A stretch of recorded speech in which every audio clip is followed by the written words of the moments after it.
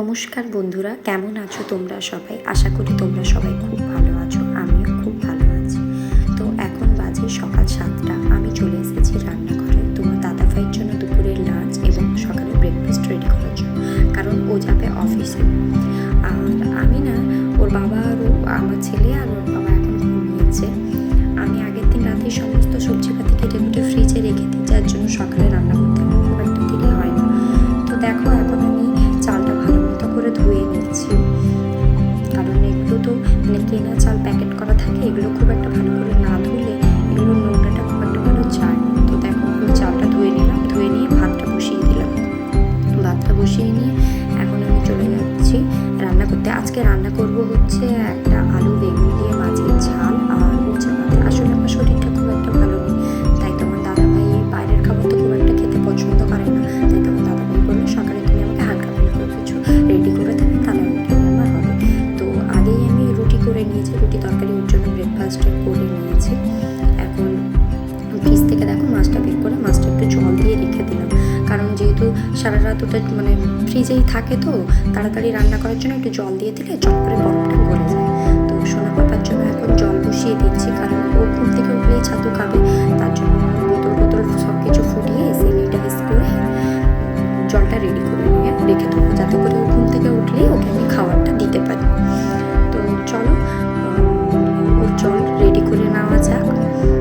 তোমরা আমার ভিডিওটা দেখতে থাকো, আশা করি তোমাদের খুব ভালো লাগবে। আসলে কি বলতো, আমরা তো কি বলবো, মেয়ে মানুষ। এখন আগে মেয়ে ছিলাম, তারপরে বউ হয়েছি, এখন মা হয়ে গেছি, তাই সবটাই আমাকে লক্ষ্য নজর করে চলতে হয়। তারপরে আমার মতো যারা একা থাকো তারা তো বুঝবে ছোটো বাচ্চা নিয়ে কাজ করতে কত অসুবিধা হয়, তারপরে যদি বাচ্চা ঘুম থেকে উঠে পড়ে। তো আমার রান্না মোটামুটি করে কমপ্লিট। এখন চলে এসেছি তোমার দাদাভাইয়ের জন্য টিফিন গোছানোর জন্য। তো দেখো, প্রথমেই উচ্ছে যেটা ভাতে দিয়েছিলাম ওটা একটা আলাদা টিফিনে গুছিয়ে নেবো। গুছিয়ে নেওয়ার পরে গরম গরম ভাত দিয়ে দেবো। ভাত দেওয়ার পরে আলু বেগুনের যে তরকারিটা করেছিলাম মাছের ঝাল আর কি, ওটাও প্যাক করে নিলাম। রুটি তরকারিটা আগেই প্যাক করে রেখে দিয়েছি। তো চলো খাবার দাবারগুলো সমস্ত কিছু প্যাক করে নিই। ওদিকে আমার ছেলে আর ওর বাবা উঠে পড়েছে, ওর বাবা ওকে নিয়ে একটু বসছে। আমি বললাম হ্যাঁ, তুমি একটু ছেলেটাকে নিয়ে বসো, আমি টিফিনটা রেডি করে দিই, তারপর পাপাকে নিয়ে আমি খাওয়াবো, তুমি তখন তোমার দাদাভাই ফ্রেশ হতে চলে যাবে। তো দেখো, ভাতটা দিয়ে নিলাম, ভাতটা দেওয়া আমার কমপ্লিট হয়ে গেছে।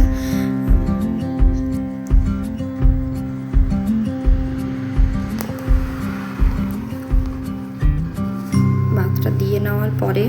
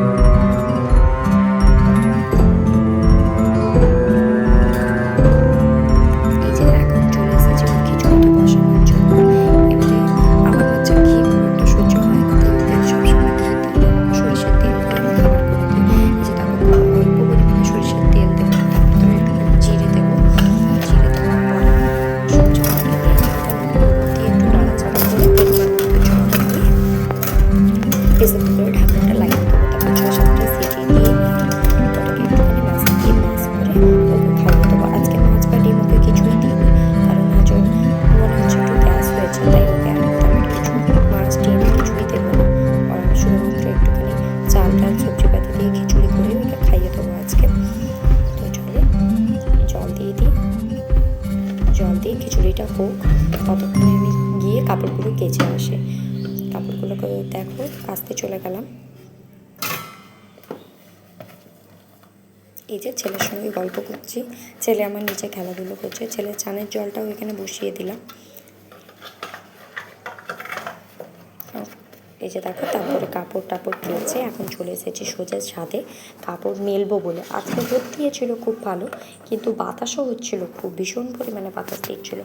আমি তো ভাবছিলাম কাপড়গুলো মেলতে না প্রত্যেকটা কাপড় উড়ে উড়ে নিচে পড়ে যায়, কারণ কাপড়গুলো প্রত্যেকটা মেলা হয়ে গেলে তারপরে আমি ক্লিপগুলো লাগিয়ে দেবো, নাহলে তো সব কাপড় আবার নিচে এসে পড়বে। আমার আবার ডবল কাজ হয়ে যাবে, সবগুলোকে তুলে আবার আমাকে ডবল ধুয়ে তারপরে আমরা শুকাতে হবে। এই যে দেখো, যাদের বাচ্চা আছে তারা তো জানো রোজই ভীষণ পরিমাণে কাপড় বেরোয়। তাই যদি আমরা বাড়িতে থাকতাম তাহলে অল্প একটু কাপড় বেরোতো, কিন্তু যেহেতু আমরা এখন ভাড়া বাড়িতে আছি তাই ভীষণ পরিমাণে কাপড় বেরোতো। সারাদিনই বাচ্চা ঘরের ভিতরে আটকা হয়ে থাকে, তাই শুশু করে দিলে বা খাওয়ানোর সময় আর সবসময় তো কাপড় বেরিয়েছে। তাই দেখো কত কাপড় বেরিয়েছে, এর থেকেও ভীষণ পরিমাণে কাপড় বেরিয়ে দেখো একটা মেলতে গেলে আবার একটা পড়ে যাচ্ছে, এত বাতাস দিচ্ছে আর কি বলবো। এই দেখো, এবার আমি কাপড়ের সমস্ত ক্লিপগুলো লাগিয়ে নেবো।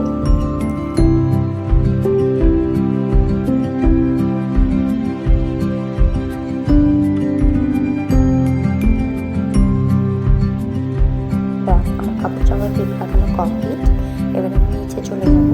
ছেলেকে ছেড়ে দিয়ে এসেছি রুমে, নিচে না গেলেও খুব কান্নাকাটি করবে হয়তো। এই যে চলে গেলাম, নিচে চলে এসেছি। এবারে সোজা সোনা পাপাকে খাইয়ে দাইয়ে চান টান করিয়ে একেবারে আমি নিচে চান করে চলে এসেছি ঠাকুরকে পুজো দেবো বলে।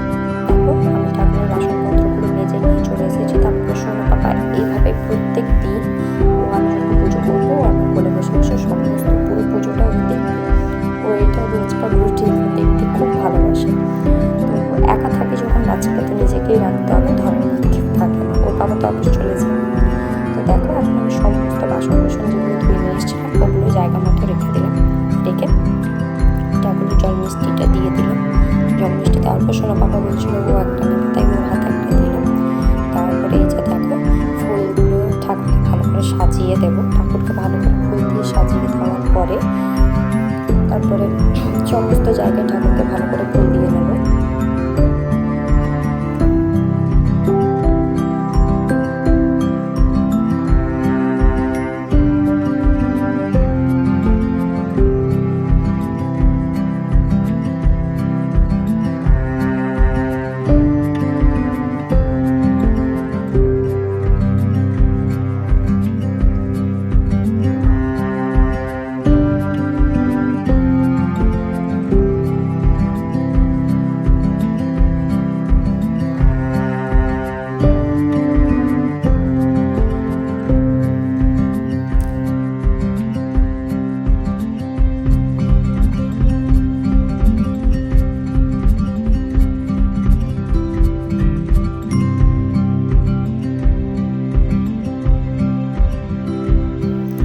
ঠাকুরের প্রদীপটা ধরিয়ে নিয়েছে, প্রদীপটা ধরানোর পরে ধূপটা ধরিয়ে নিলাম।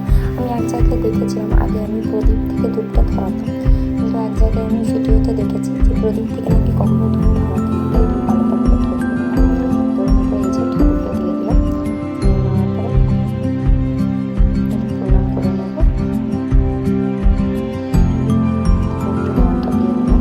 এই যে দেখো আমার ঠাকুরকে কেমন লাগছে সাজানো ফুল দিয়ে, দেখো তোমরা কেমন হয়েছে। তারপরে আর তেমন কোনো ভিডিও করা হয়নি সারাদিন। তারপরে সন্ধ্যাবেলা গেছিলাম একটু পাপাকে নিয়ে বেলুড়, তো পাপা আমি আর ওকে নিয়ে একটু বেড়াতে গেছিলাম। ও ট্রেন দেখতে খুব ভালোবাসে, ও এত ট্রেন দেখতে ভালোবাসে। ওকে ট্রেন আসতেই যায় না। এই যে তাকে দাঁড়িয়ে দাঁড়িয়ে বলছে ট্রেন কোথায় আসছে না। ওই আমি দেখিয়ে দিচ্ছি, বলছি দেখো ওদিকে তাকা, ট্রেন দেখতে পাবে। তো বন্ধুরা এখানেই তোমাদের সঙ্গে ব্লগটা শেষ করছি। তো কেমন লাগলো ব্লগটা অবশ্যই জানাবে, আর যদি ভালো লাগে একটা লাইক আর সাবস্ক্রাইব করে দেবে।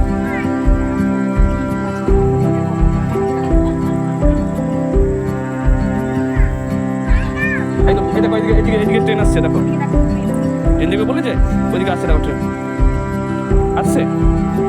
আসছে না, দেখো ট্রেনকে। কোথায় তুমি, কোথায়?